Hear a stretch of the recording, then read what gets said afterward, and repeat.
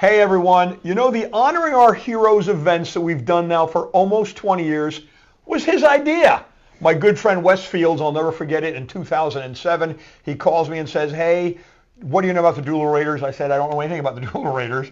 And then in 2008, we had the first reenactment, and since then, we have had an Honoring Our Heroes event almost every year because of this guy, Wes Fields. He's like a historian.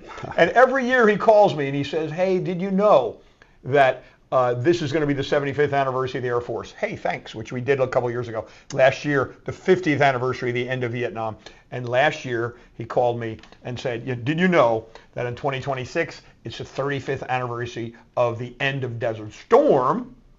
And this one here, my friends, I actually get to honor this hero because my good friend Wes Fields was in Desert Storm as Bill Walter too. So we're going to talk about this stuff in a second, Wes. Okay. But what is it about? You know, you served 24 years in the Air Force. You served your community, which is great. But you've been such an advocate for remembering veterans, et cetera. What is it about it that you have really enjoyed about that? It's just watching the expression on, especially the younger generation, who don't know anything about what we did and what those before us did, and to keep the legacy and the heritage of the military and those all involved in these past conflicts and wars. Yeah, I mean, and you've done a spectacular job. Again, the Dueler events. Wes has traveled with the Raiders for so many years. In front of us here, part of a Scud missile. He's bringing in his own souvenirs from being in Desert Storm. Part of a Scud missile. And this right here is, what is that again now? Well, it's a 105 millimeter howitzer. It's a spent brass. It was actually a round, which was, had the projectile. Yeah. And it's a round I fired the night of January 31st, 1991. It was the first major offensive that the Iraqis came over the border into Saudi Arabia.